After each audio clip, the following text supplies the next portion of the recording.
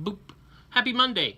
Today is Monday, July 6th. I hope you had a great 4th of July weekend.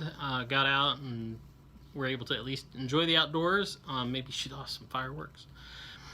Today's daily Bible readings for Monday, July 6, 2020 are Song of Solomon 2, 8 through 13, Genesis 27, 30 through 46, Romans 1, 8 through 25, or you could have read Psalm 131 and Jeremiah 27, 1 through 11, and then 16 through 22. Today I'm going to look at Genesis 27, 30 through 46, and the story of Jacob and Esau. And the daily Bible reading from the lectionary has kind of been following along this story for quite some time. And, you know, Jacob and Esau are these famous brothers that we read about in the Old Testament. Jacob is one of the patriarchs. They have Abraham, Isaac, and Jacob. And Jacob actually gets his name changed, but I don't want to tell you that because it ruined the story for you. But anyway, Jacob and Esau, they were always in contention with one another, and it starts from their birth. One of the texts from last week, or it may actually been this weekend, talks about their birth as twins, and Esau was born first, but Jacob, it said, grabbed a hold of his heel. He was the heel grabber, and he grabbed a hold of his heel as his brother was being born. You know, that's just kind of this, you know, striving, trying to be the first.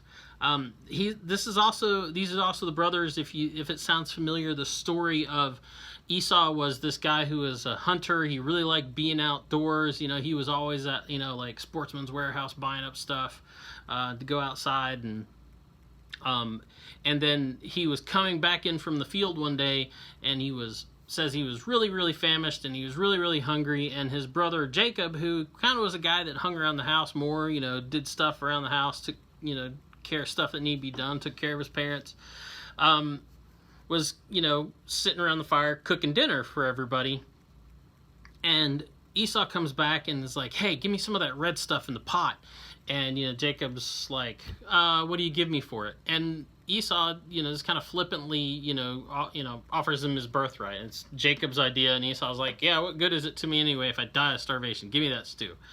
So that's the kind of guy that Jacob was, the kind of guy that Esau was. Jacob was always looking for an opportunity, and Esau just probably didn't really think things through well enough. You know, are you willing really to bargain your birthright away, you know, for a pot of stew? But that kind of comes back to haunt him, and that's the story that we get here today, because as their father Isaac was, you know, kind of lay dying and was towards the end of his life, that's the point of time in, you know, their culture when you would pass on, you would name your heir, right? The person who would inherit all your household, all the responsibility, all the fortune thereof. And you would name your heir, and you would do this by giving them a blessing, right? And so Jacob and his mom come up with this really kind of tricky plan to disguise Jacob as his big brother Esau, and sends him in with the food that Isaac had asked Esau to go out and get, you know, because Isaac liked his son Esau, and he knew he was a hunter, and he asked him, he's like, hey, you know, I'm not going to be here much longer. Do me a favor. Go out and get me, you know, go out and shoot an animal and come back and cook it up for me and make me one of those, you know, barbecues that you're so good at. And Jacob and Esau's mom hears this, and while he goes out one door to go out hunting, you know, she gets Jacob, and she's like, here, we're going to dress you up. I'm going to cook something that he likes. I know exactly what he's asking for, so I'll cook that up, and we're going to send you in with it, and we're going to trick him.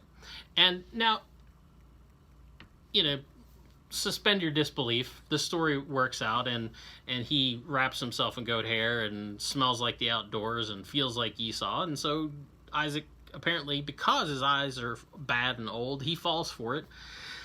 And Esau comes back from the field with the animal, cooks it up, and brings it in and says, Father, I brought you the dish that you wanted so well. And Isaac's like, what?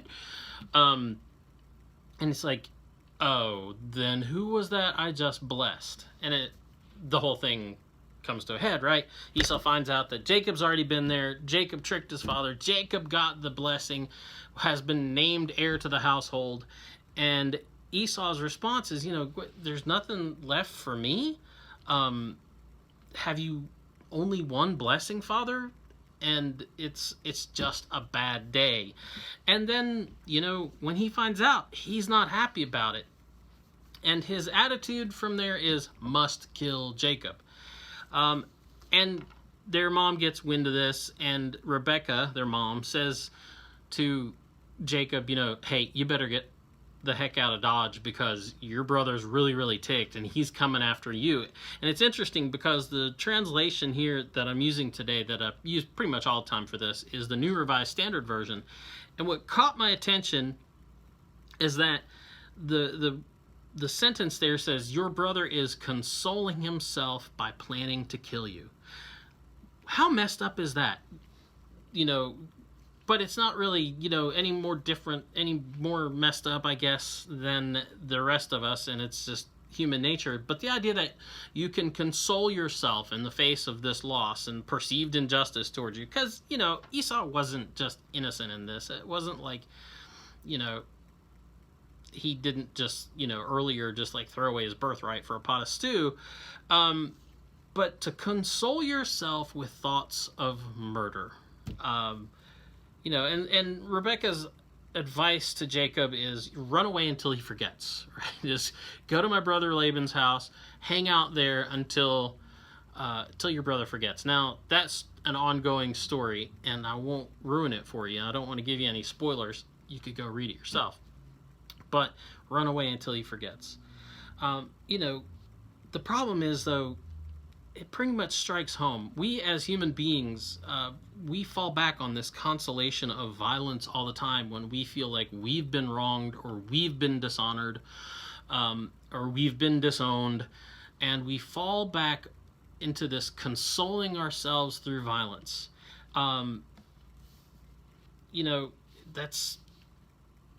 It seems impossible, and it seems like ridiculousness, and it seems like overkill in this story.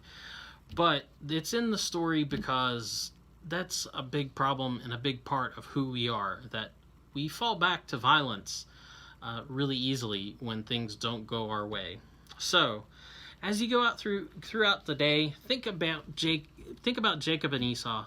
Think about how readily they were willing to just grasp and push and shove each other out of the way to get what they wanted, and think about how easily we can just fall back on consoling ourselves with violence, and what small consolation that is when things don't go our way.